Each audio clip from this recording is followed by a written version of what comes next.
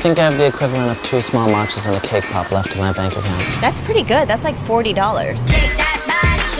Don't you think it's time you come out to your family as bisexual? They would just shrug it off as another one of my quirks. Oh, here we go. La la la la la la la. You know I don't care. It's just I don't think I should have to hear about it all the time. I think this is it. Danny's the one. He's hot. He likes me. I mean, maybe. I thought I'd make us some dinner, you know. Bro night for the old college buds. I'm watching my best friend, who I happen to be in love with, make out with like the prom queen. That's hot! I find you very hot! I'm lost too. Something's got to shift. We need to change. We got a new dancer in the house. Hurry up! For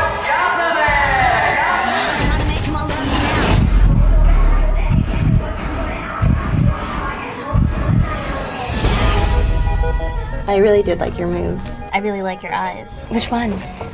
The real ones in your sockets. Well, you're just going to have to settle for the one for my boob. If you're gonna fuck, I'll save it for the stage. Let's go, people! So what's the plan? Asserting intimacy is always effective. Play that back just one more time. Problematic. It's very That's problematic. problematic, I do really like her, and it scares me. Hey, is everything okay? I can't deal with this right now. You think that you're this non-judgmental, bisexual, wacky girl, when in reality, you're just doing all of this for attention. Maybe I'm just for attention. I know who I am. Who the fuck are you? I haven't accomplished any of the things that I set out to. Just do what feels right. I'm afraid of the repercussions. Sometimes if you like somebody, you gotta take a risk to get them.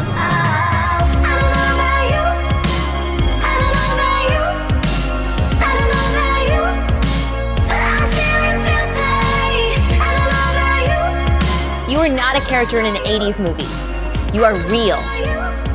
You are it. You're defiant, you're cool.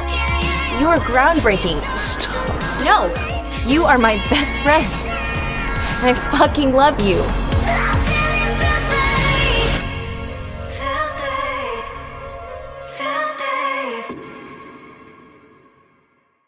Series, yeah. It looks wonderful. It was so fun. You know, I actually filmed that the same days that I was doing Love Never Dies in LA. Really? We had like 8 shoot dates that I was filming at the same time. And that was wild because I could really bring Fleck to that character, and I could kind of bring a little bit of that character and play during some days, like try a little bit something different, like not too crazy, but like do something else on the stage, and bring a little bit something to it. That was the first time I really had to balance like between those two energies also. Yeah, I loved working on that show because it was finally someone had created a story about our dance troupe. Mm. And So you knew these people, the actors and producers, you knew them from before? Oh yeah. My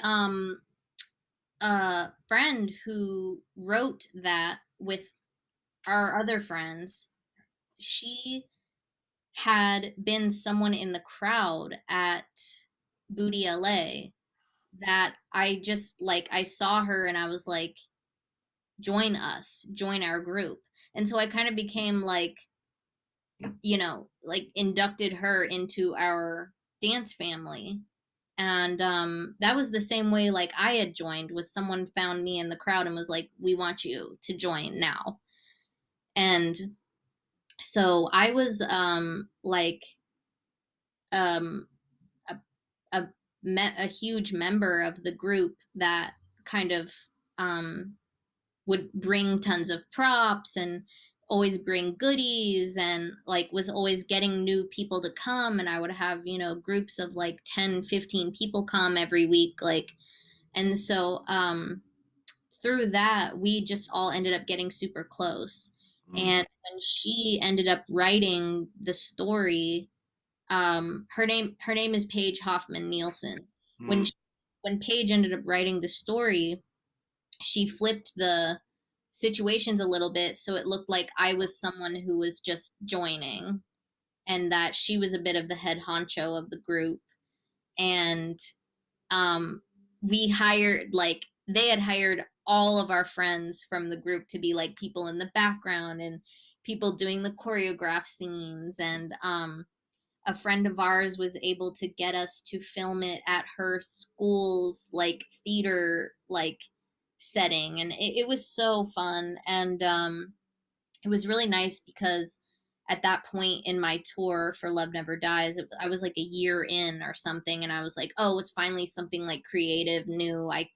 I was like having to focus on, and it was really cool, and it was crazy because I grew up going to Pantages theater in Hollywood, and that's where we were at Love Never Dies for 3 weeks, and the Filth series was filming literally less than a mile away at like all these different places that I grew up seeing like as a kid trolling around Hollywood. And it was all very like spiritual how it all came together. And I'm very thankful Paige wrote that story with along with a few other people.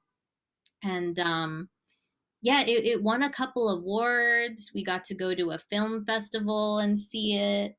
um it was so fun. And like especially when people come up with like strong opinions afterwards, like, and they're like, I felt like this about this, and why didn't your character respond like that? And Oh. like, Well, like, again, it's another thing. I was watching it this morning, the trailer, and again, there's that presence that you have, and your focus when you were connected, and just going up to your, I presume partner, or whoever you were dating at that moment. It was like, whoa! It's just, And I'm going to jump here because we have several people at the school who their idol is Spider-Man. hey, And they will love to know that you are on Spider-Man, right? Disney Spider-Man.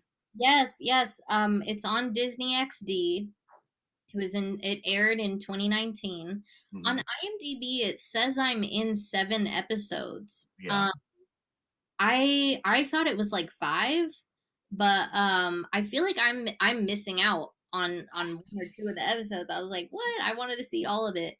It was so surreal. Like my friend Mark Pavanelli, Mark, I'm sure you know. I love Mark. Yeah, President, Mr. Yeah. President. Mr. President. President Pavanelli, he called me one day and was like, I think you should meet with this woman, Pat Brady, who's an agent at CESD. Yeah. And, they want a little person to play this role who it is a animated character that has dwarfism and is like a teacher's assistant sort of role at the school where Peter Parker goes to. Right.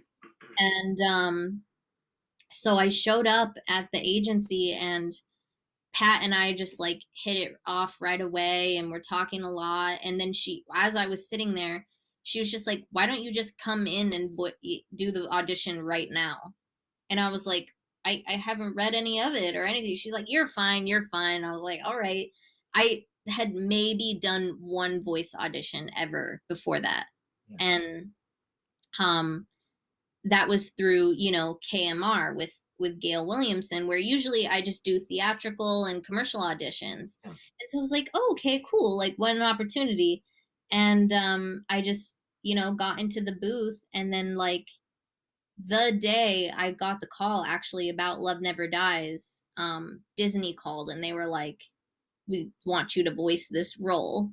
And so while I was like touring, I was also like, we would come in for a layoff and I would do the voice job, and then I would go back on tour, come back, do that whole thing. What was so fun about working with people on Spider-Man though was like, I have never worked with people whose brains like work on such a different level of talent. Like There was a guy in, I don't know, for any of the people out there who are fans of it, there's a guy who his name is Robbie Damon, I want to say. He plays Spider-Man, Peter Parker. Right. And there's a moment in the show, because basically what happens is my character, her name is Anna Maria Marconi, is actually in a series of Spider-Man comics called Superior Spider-Man. And Doc Ock, like, takes over Peter Parker's body with Doc Ock's his own subconscious. So he's like sort of like this evil villain who's taken over Spider-Man's body. And while he's going to school and like trying to be normal, he and Anna Maria Marconi like begin a friendship. Yeah. And he's like kind of learning a little bit about humility and kindness and compassion from speaking with her. And like I think learning a little bit of like about his own inner confidence.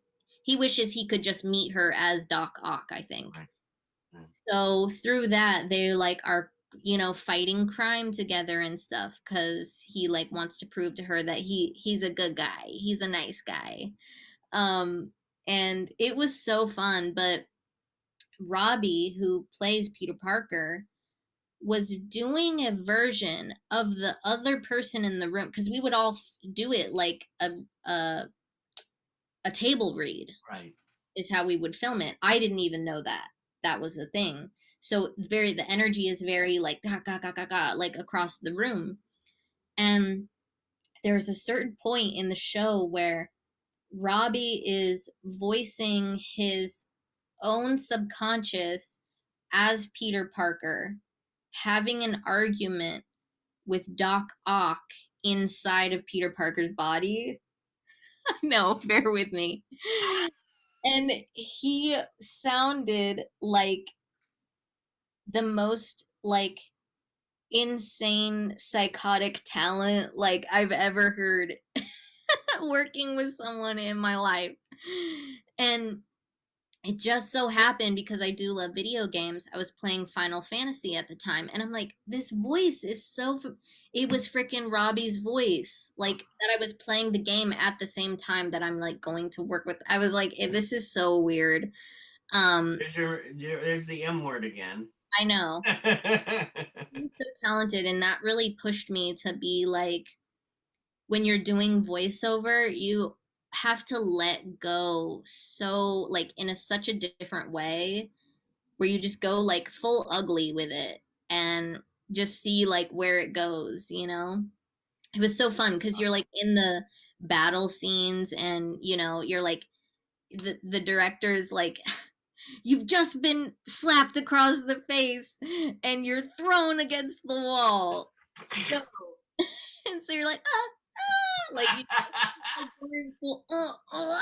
like you've just been uppercut in the stomach. Like, God. It was so fun. I just had never in my wildest dreams had thought it'd be a possibility. And I love Spider-Man, so it was an honor. Oh, yeah, I love Spider-Man. Oh my God. Yeah. So 2 more questions, and then I'll let you go. I could like hang out with you all day.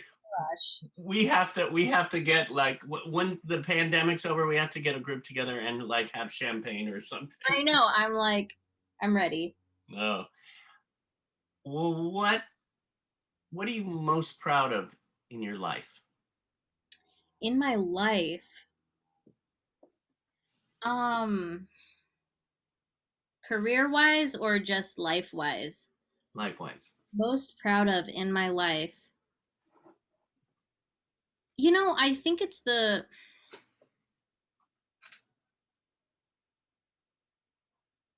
relationships I try to maintain with people, and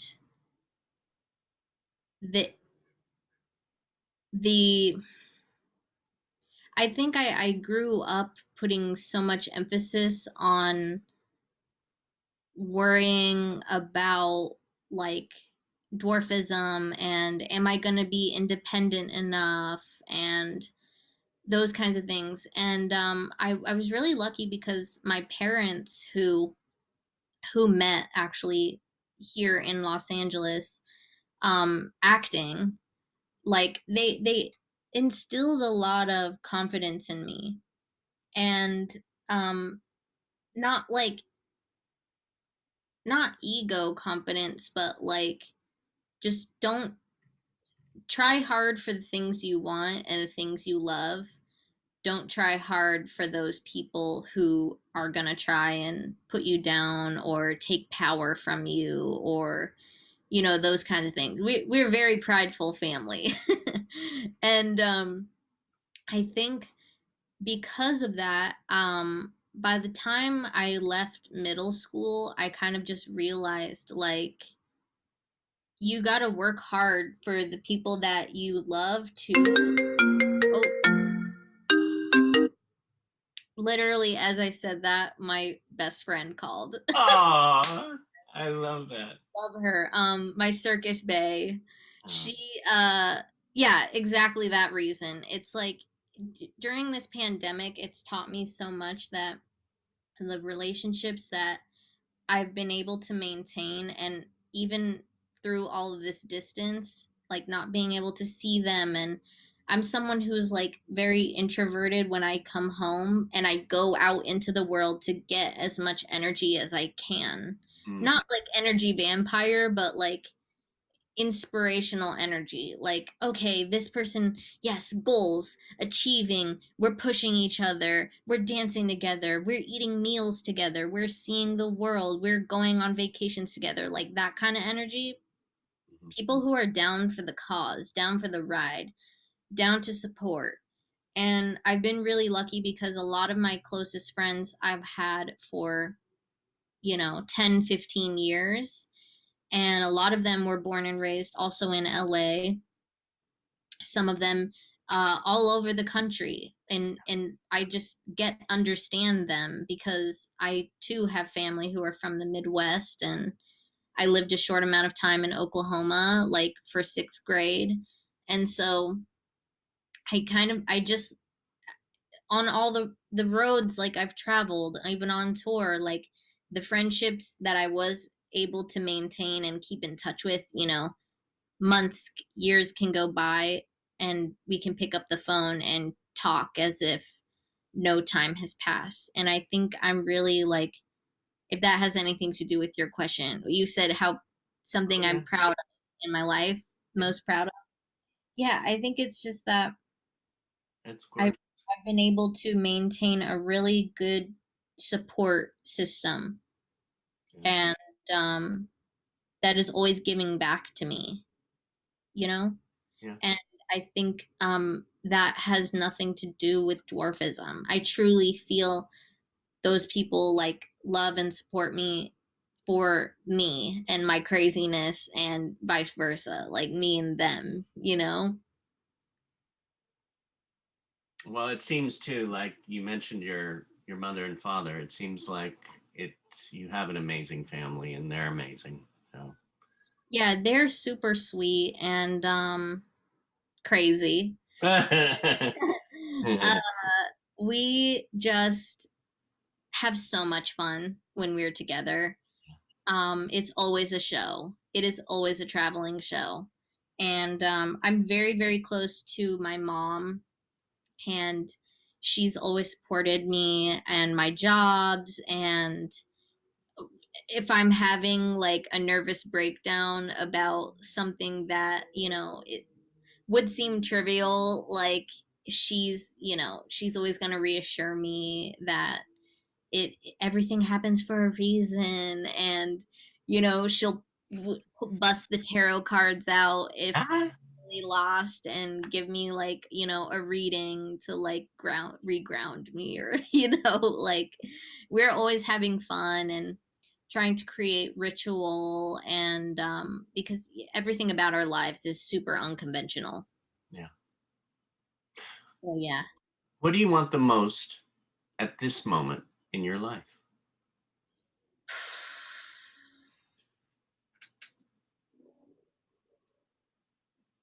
What do I want the most? Oh, that's so hard because like I want to say just the brattiest thing, which was like I do put a lot of emphasis of my life on my work. And to some people that's like, okay, well, what does being Chucky do like for you in your life, like spiritually or some kind of stunt job or something. And it's like honestly, it's just like the reassurance and validation that what I'm moving towards is fruitful and is worth it to someone out there. And at the beginning of the pandemic, I was off the tour. I was very lost spiritually because everything was very go, go, go, go, go for so long. Mhm. And, we had traveled 41 cities. We had done 410 shows. Like, I didn't know any other life once I came back to LA and tried to, like, calm down. I was just like, no, like, things need to be done, like, now. Like, I need to see, I have an issue with patience. And, that taught me that a lot, that I do need a lot of reassurance. I do need a lot of validation in my work. And that's really hard to do when you are basically your own small business, you know?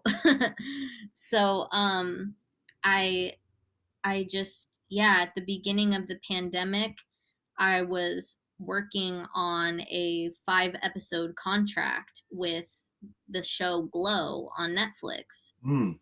and it was like I added the character Fleck from Love Never Dies in there. I added so much Chucky in there. It was insane. And they loved it. And they were working with me, on the creative side in terms of writing and story. And they were working with me everything that had to do with my physicality and bringing out the best parts of my own stunt abilities. I was able to give to that role, and it was the hardest, most fulfilling job I'd ever had in my life up to that point. And then it was canceled after we shot episode 1. Oh. So I think this is like the first time in my life I've experienced some, pitfalls in my career. Everyone does. Mhm. And you move on and you think, okay, well, I just got to pick up and move where I left off. And I've done that before, and really taken my production side seriously. And I do transcription for reality shows and do all kinds of background stuff for sets or logging, and I've traveled for that. Yeah. But it's a different sort of fulfillment. And if I could have anything, like, I would say to bring back a role or something like that that could fulfill me in the same way, where it was like a spiritual thing, it was a stunt thing, it was really showing like a character who I felt I knew in person. And she was named Candy. She was a wild little person who was only new tour life and was a partier who loved dancing and moving her body and being crazy and alpha and machismo and sexy and funny and serious and scary. And I got to be all those things. And I miss that energy so much. And I feel like because of where production is at right now, it's it feels like a huge loss. Mm. And I think I was putting a lot of identity on that idea that that all of the stunts that I'm doing in the show is real wrestling with all these other Allison Brie and this amazing wrestler, her name's Taya Valkyrie. Mm. And like just doing all the blocking with them and really jumping off the ropes and like on their, just doing all this craziness. In that moment, I was thinking like, I didn't realize how much I was validating my spirit on knowing that so many people would eventually watch the season of the show. And maybe, I think if I could have anything right now, it would be like just finding that reassurance and that validation in myself, probably, to just be like, okay, like just take that loss and keep going. And I talked to Mark Pavanelli about it, and he was like, girl, like this is gonna be the story you laugh about in the bar, like from now. I was like, okay, Mark, like I'll believe you. He's like, Oh, but, give up. I was like, okay.